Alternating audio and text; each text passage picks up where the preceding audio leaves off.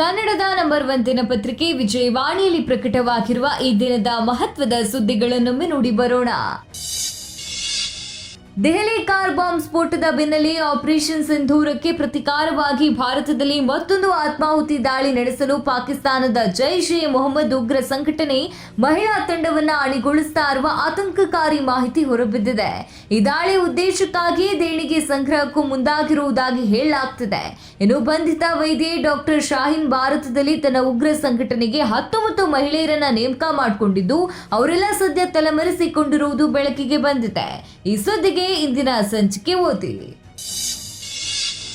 ಬೆಂಗಳೂರಿನ ಹೃದಯ ಭಾಗ ಜಯನಗರದಲ್ಲಿ ಬುಧವಾರ ಹಾಡಹಗಲೇ ಎಟಿಎಂಗೆ ಹಣ ತುಂಬಲು ಹೋಗ್ತಾ ಇದ್ದ ವಾಹನ ಅಡ್ಡಗಟ್ಟಿದ 7 ಜನ ದರೋಡೆಕೋರರ ಗ್ಯಾಂಗ್ ಅದರಲ್ಲಿದ್ದ 2 ಗನ್ಮ್ಯಾನ್ಗಳನ್ನ ಹೆದರಿಸಿ 7 ನಿಮಿಷದ ಅಂತರದಲ್ಲಿ 7.11 ಕೋಟಿ ರೂಪಾಯಿ ದೋಚಿ ಪರಾರಿಯಾಗಿದೆ.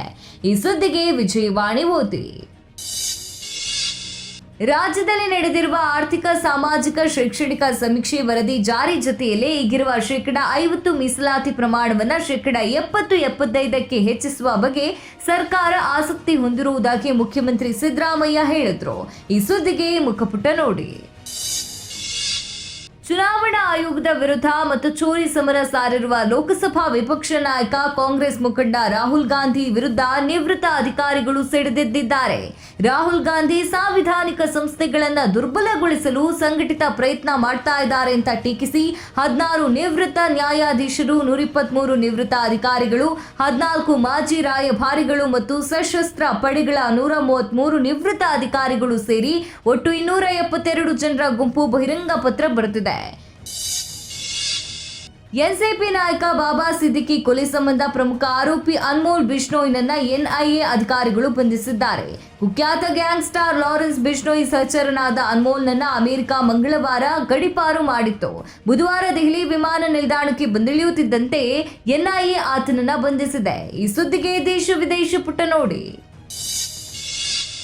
ಬುಧವಾರ ಜೆಡಿಯು ಶಾಸಕಾಂಗ ಪಕ್ಷದ ನಾಯಕರಾಗಿ ಆಯ್ಕೆಯಾದ ನಿತೀಶ್ ಕುಮಾರ್ ಗುರುವಾರ ಬಿಹಾರದ ಮುಖ್ಯಮಂತ್ರಿಯಾಗಿ 10ನೇ ಬಾರಿಗೆ ಪ್ರಮಾಣ ವಚನ ಸ್ವೀಕರಿಸಲಿದ್ದಾರೆ. ಈ ಸುದ್ದಿಗೆ ಚಿಂತನಾ ಪುಟ ನೋಡಿ. 20 ವರ್ಷಕ್ಕಿಂತ ಹಳೆಯ ಮೋಟಾರ್ ವಾಹನಗಳ ಫಿಟ್ನೆಸ್ ಟೆಸ್ಟ್ ಶುಲ್ಕವನ್ನು ಹೆಚ್ಚಿಸಿ ಕೇಂದ್ರ ಸಾರಿಗೆ ಸಚಿವಾಲಯ ಆದೇಶವನ್ನು ಹೊರಡಿಸಿದೆ.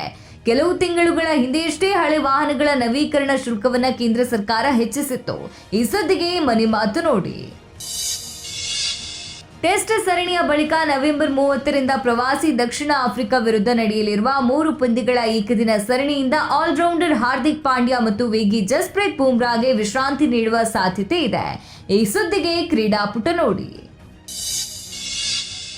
ಷೇರು ಮಾರುಕಟ್ಟೆ ಬುಧವಾರ ಭಾರೀ ಚೇತರಿಕೆ ಕಂಡಿದ್ದು ದಿನದ ವಹಿವಾಟಿನ ಮಧ್ಯೆ 563.75 ಅಂಕಗಳ ಏರಿಕೆಯೊಂದಿಗೆ 75,236.77 ತಲುಪಿದ್ದ ಸೆನ್ಸೆಕ್ಸ್ ಕೊನೆಯಲ್ಲಿ 513.45 ಅಂಕ ಏರಿಕೆ ದಾಖಲಿಸಿ 85,186.47ಕ್ಕೆ ಮುಕ್ತಾಯಗೊಂಡಿದೆ. ಈ ಸುದ್ದಿಗೆ ಮನಿ ಮಾತು ನೋಡಿ.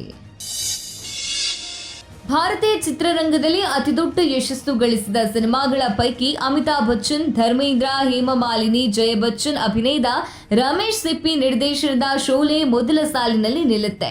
ಈ ಇಂಡಸ್ಟ್ರಿ ಹಿಟ್ ಶೋಲೆ ಇದೀಗ 5 ದಶಕಗಳ ಬಳಿಕ ಮತ್ತೆ ತೆರೆಗೆ ಬರಲು ರೆಡಿಯಾಗಿದೆ. ಹೌದು, ಚಿತ್ರವನ್ನ ಇದೇ ಡಿಸೆಂಬರ್ 12ರಂದು ಮರುಬಿಡುಗಡೆ ಮಾಡಲು ಸಿಪ್ಪಿ ಫಿಲ್ಮ್ಸ್ ನಿರ್ಮಾಣ ಸಂಸ್ಥೆ ಘೋಷಿಸಿದೆ. ಈ ಸುದ್ದಿಗೆ ಉಲ್ಲಾಸ ನಮಸ್ತೆ ಬೆಂಗಳೂರು ಪುಟ ನೋಡಿ. ಇವಿಷ್ಟೇ ಅಲ್ಲ, ಮುಂಜಾನೆ ಮಾತು, ಅಂತರಂಗ, ಭವಿಷ್ಯ, ಮನೋವಿಕಾಸ ಕಾಲಂಗಳು, ಕ್ರೀಡೆ, ಸಿನಿಮಾ, ದೇಶ ವಿದೇಶಗಳ ಭರಪೂರ ಸುದ್ದಿ ವಿಶೇಷಗಳಿಗಾಗಿ ವಿಜಯವಾಣಿ ಓದಿ.